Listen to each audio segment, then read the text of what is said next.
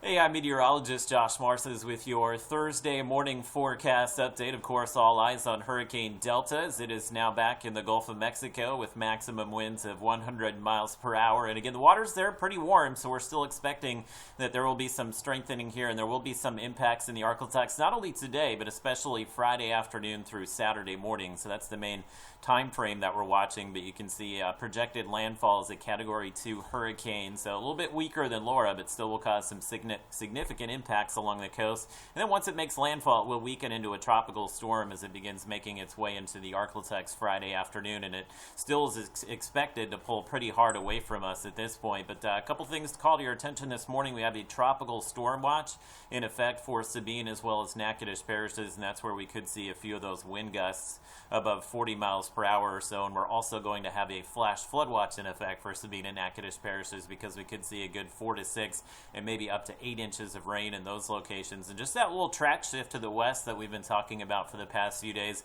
you can see that's made a pretty significant impact in the rainfall totals, as we now expect we could see a good 2, 3, 4 inches of rain right through the Shreveport-Bossier area, and still expecting much lighter accumulations for you folks in northeast Texas, including Texarkana, as it will likely again be a rainy Friday afternoon and Friday night, but things should dry out for you a little bit quicker early Saturday morning. Flash flood watch in effect through early Saturday for Sabine and Natchitoches parishes as well. And a look at your Robbins Toyota FUTURECAST for today. Again, we are going to see increasing clouds today.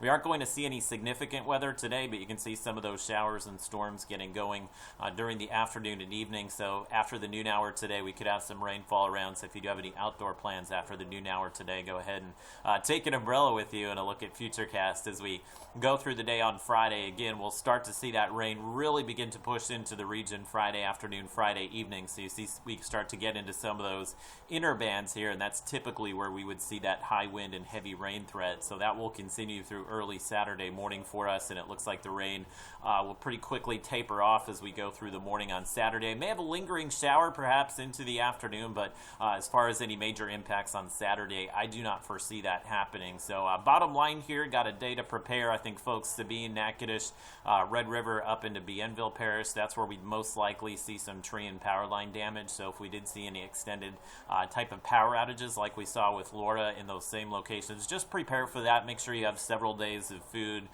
medicine, water on hand just in case you do lose power for several days. Of course, there's going to be a lot of power outages across the region, so the crews may head down to the coast before they can get to some of the outages here, and that's why we did see such a long time to restore power after Laura. So just be prepared to be without some of those provisions such as power, internet for a few days, and that will be relatively confined to those locations south of I-20. And the rest of us, the impacts, we may see some 20 to 30 mile per hour wind gusts and again some spotty heavy rain, but the impact should be pretty confined to those locations south of Interstate 20. For today, expecting again temperatures this morning to be on the mild side, and you see that rain now making its way up along the coastline.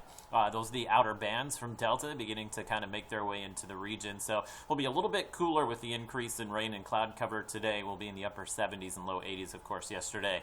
A lot of us in the mid to upper 80s, and your temperatures will drop into the 70s tomorrow, but we will be dealing with some of the inclement weather, especially late in the day and into Saturday morning, and we should begin to dry out and warm back up late in the weekend. It will be hot and humid end to the weekend and start to next week, but we do have another cold front on the way next Tuesday, Wednesday. Looking to be a dry cold front at this point, but it will drop our temperatures a few degrees as we move into the middle of next week.